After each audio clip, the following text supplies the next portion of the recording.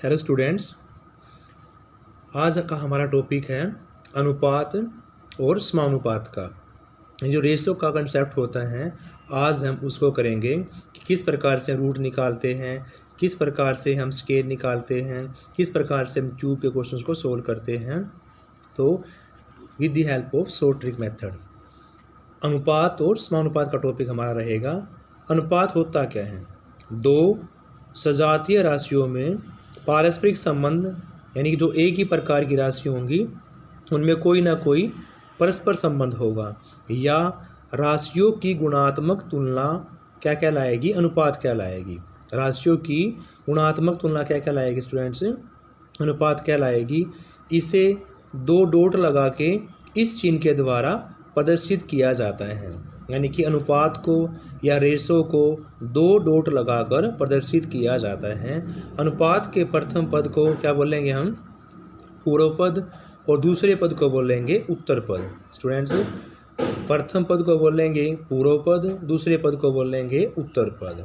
तो इस पैरे से क्या निष्कर्ष निकल के आया है कि कोई भी दो एक ही प्रकार की राशि है, उनका जो संबंध होगा या राशियों का जो गुणात्मक तुलना की जाएगी उसको अनुपात बोलेंगे। अनुपात को डबल डॉट से प्रदर्शित किया जाएगा। अनुपात का पहला पद पूर्व पद होगा, दूसरा पद उसका उत्तर पद कहलाएगा। हमारी फर्स्ट टाइप ऐसी है, जब हमने प्रतिलोमानुपात निकालना हो। किसी क्वेश्चन में हमने क्या निकालना हो? प्रतिलोमानुपात। जब एक अनुपात पूर्व पद दूसरे का उत्तर पद और उत्तर पद दूसरे का पूर्व पद बन जाता है, तो उसको हम प्रतिलोमानुपात या व्युत्क्रमानुपात कहते हैं, यानी कि इन्वर्सली प्रोपोर्शनल कहते हैं। जब किसी क्वेश्चन का इस प्रकार हो, जैसे A/B हो और उसको हम B/A राइट कर सकते हो, यानी कि A/B को हम B/A राइट रखेंगे, उसको हम बोलेंगे इन्वर्स रेशो, यानी कि प्रतिलोमानुपात। इन्वर्स रेशो या प्रतिलोमानुपात किसको बोलेंगे? A/B, जब हमारा B/A हो जाता है। नेक्स्ट क्वेश्चन है वर्गानुपात। इसमें दोनों पदों का वर्ग किया जाता है। जैसे A/B हमारे पास, उसको A² B² कर दें, क्या बन जाएगा? वर्ग बन जाएगा, यानी कि उसका स्केयर बन जाएगा। जैसे आपको 5/6 दे रखा है, तो 5 का स्केयर 25, 6 का स्केयर 36। तो ये कंसेप्ट क्या कहलाएगा? हमारा वर्गानुपात या स्केयर। जैसे A/B है तो A² B², 5/6 है तो 5 का स्केयर 25, 6 का स्केयर 36। और अगर प्रतिलोमानुपात होगा तो A/B को कैसे लिखेंगे? B/A। तीसरा है वर्गमूलानुपात, यानी कि रूट कैसे निकालना है।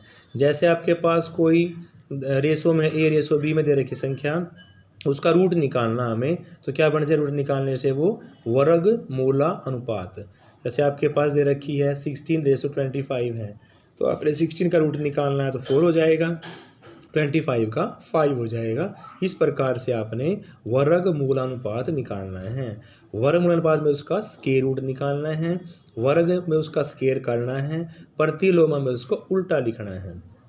फिर अगला है घनानुपात में उसका क्यूब करना है। जैसे एक आपके पास पूर्व पद होगा, एक आपके पास उत्तर पद होगा, तो घन करना उसका, जैसे A/B होगा, A की घन A की क्यूब, B की घन B की क्यूब, यानी कि पूर्व पद है A, उत्तर पद है B, तो आपको घनानुपात का निकालना है, तो A की घन A की क्यूब, B की घन B की क्यूब। फिर आपका घन मूलानुपात में क्यूब ख़त्म करनी है, फैक्टर करके उसकी क्यूब करके उसको क्यूब को ख़त्म कर देंगे तो सिंपल रेशो के अंदर आ जाएगा। जैसे आपका A की क्यूब और B की क्यूब है, अगर हम क्यूब कैंसिल करते हैं इसकी, तो क्या आ जाएगा? A/B। इस प्रकार से आपको घन मूला अनुपात निकालना है। लास्ट टॉपिक है इसका इससे कि मिश्र अनुपात कैसे निकालते हैं? Mixed ratio. मिक्स रेशो किस प्रकार से निकाली जाएगी? दो या दो से अधिक अनुपातों के पूर्व पदों को गुणा करके नया पद जो बनेगा, या उत्तर पदों गुणा करके नया पद बनेगा, यानी कि पहले जो पद होंगे उनकी गुणा करके एक टर्म निकल जाएगी, लास्ट के जो पद है उनकी गुणा करके आपका एक टर्म निकल जाएगी। ऐसे अनुपात को हम क्या बोलेंगे? मिश्र अनुपात बोलेंगे। जैसे आपका A/B, B/C, C/D का मिश्र अनुपात क्या होगा? पहले आपको ए रेशो बी लिखना है, फिर आपको बी रेशो सी लिखना है, फिर आपको सी रेशो डी निकलना है। तो स्टूडेंट्स क्या हो जाएगा आपका, सी से सी कैंसिल और बी से बी कैंसिल, तो आपका ए और डी बचेगा, ए बाय डी यानी कि ए रेशो डी। ये आपका मिश्र अनुपात में करना है जब आपको 2 या 3 रेशो मिक्स में दे रखी हो, जैसे ए रेशो बी होगी, बी रेशो सी होगी, सी रेशो डी होगी। तो सी से सी कैंसिल आउट, बी से बी कैंसिल आउट, क्या बचेगा आपका ए रेशो डी, आंसर आ जाएगा आपका ए रेशो डी। लास्ट कंसेप्ट है इसका, विद्युत अनुपात कैसे निकालेंगे हम, जब कुछ राशियाँ ऐसी हो कि पहली राशि का दूसरी राशि से वही संबंध हो जो दूसरी का तीसरी के साथ है, यानी कि लगातार जो रेशो होंगे उनमें जो संबंध होगा पहली का दूसरी के साथ, दूसरी का भी तीसरी के साथ उसी प्रकार का संबंध होना चाहिए। जैसे इन्हें का ए बी और सी विद्युत अनुपात के अंदर होंगी, तो कैसे लिखेंगे इसको, ए बाय बी और बी बाय सी, क्रॉस मल्टीप्लाई करनी है तो बी का बी से करेंगे बी का स्केयर हो जाएगा, और ए की सी से करेंगे तो क्या आ जाएगा आपका ए सी। यानी कि जब भी किसी को विद्युत अनुपात निकालना है और आपके पास 3 राशि दी हुई है, 3 टर्म दी हुई है, तो आपको उसको ए रेशो बी और बी रेशो सी के अंदर करना है, क्रॉस मल्टीप्लाई करके B square is equal to A C की हेल्प से आप उसका आंसर निकाल सकते हैं। ये आपकी फर्स्ट टाइप होगी। अब हम सेकंड टाइप करेंगे समानुपात की। रेशो तो होगी आपकी, अब समानुपात के बारे में करेंगे। देखो, 2 अनुपातों की बराबरी को क्या बोलेंगे हम, समानुपात। यानी कि जब 2 रेशो होंगे और वो उन रेशो के अंदर आपस में संबंध सेम होगा तो हम उसको समानुपात के अंदर लिखा जाएगा। और रेशो के अंदर 2 डॉट थी, लेकिन समानुपात के अंदर आपकी 4 डॉट होंगी। जैसे देखो, 2 अनुपात की बराबरी को समानुपात कह सकते हैं अगर ए रेशो बी समानुपात सी रेशो डी हो और A ratio B is equal to C ratio D भी इसको लिख सकते हैं। यानी समानुपात को कैसे लिखेंगे हम, 4 डॉट के द्वारा या इक्वल टू के द्वारा। जैसे मैंने कहा, 4 राशियाँ समानुपात में ये तभी होती हैं जब प्रथम का दूसरी के साथ वही संबंध हो जो तीसरी का चौथी के साथ होता है। यानी कि 4 राशियों को हम समानुपात में कह सकते हैं अगर फर्स्ट राशि का सेकंड के साथ और सेकंड का थर्ड के साथ या थर्ड का फोर्थ के साथ एक ही प्रकार का संबंध हो तो हम उसको समानुपात में कह सकते हैं। 3:6, 4:8। यानी कहा जब बाहरीय पदों का गुणनफल बाहरीय और आंतरिक गुणों के गुणनफल के बराबर हो तो उसको हम क्या बोलेंगे, समानुपात में बोलेंगे। जैसे 1 की डी से करें तो क्या बनेगा आपका ए डी बनेगा, और बी की सी से करेंगे तो बी सी बनेगा।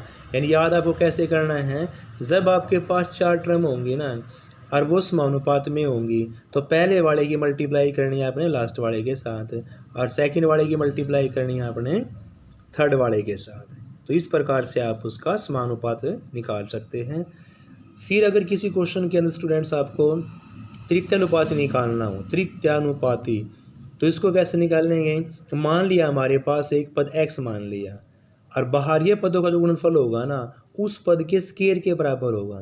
यानी जब आपको तीसरा पद निकालना होगा तो तीसरे पद को आपने x मानना है। 2 टर्म आपको दी होगी, उन दोनों टर्म्स की आप क्या कर देंगे, मल्टीप्लिकेशन कर देंगे। जो आपको निकालना उसका स्क्वायर कर देंगे।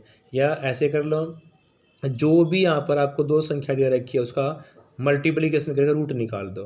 कैसे, तीसरा पद मान लिया हमने x है तो कैसे लिखेंगे इसको, 4, 6 आपके पास गिवन था, थर्ड पद आपका हो गया x, तो उसको लिखेंगे बाहरी पदों की मल्टीप्लिकेशन 4 की x के साथ, 4 इंटू एक्स हो गया, और 6 का स्क्वायर करेंगे तो 36 हो गया।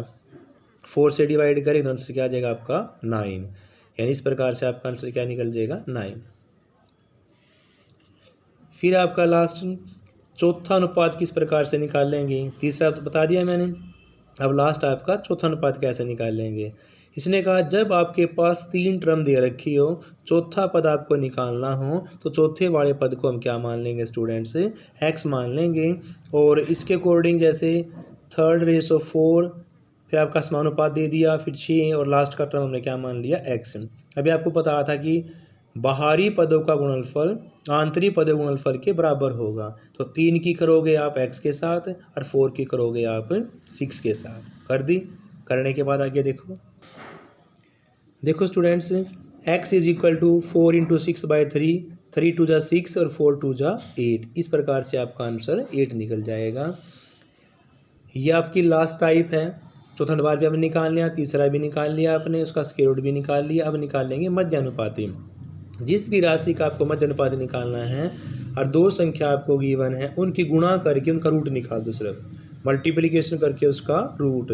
दो राशियों का मध्यानुपाती ज्ञात करने के लिए उन राशियों की मल्टीप्लिकेशन करके आपको उसका रूट निकालना है। तो क्या करोगे, 4 × 9 36 होगा। 36 का रूट क्या निकल जाएगा स्टूडेंट्स, आपका 6 निकल जाएगा। इस प्रकार से आप क्वेश्चन सोल्व कर सकते हैं with the help of sort tree. Next type हम नेक्स्ट वीडियो के अंदर करेंगे स्टूडेंट्स।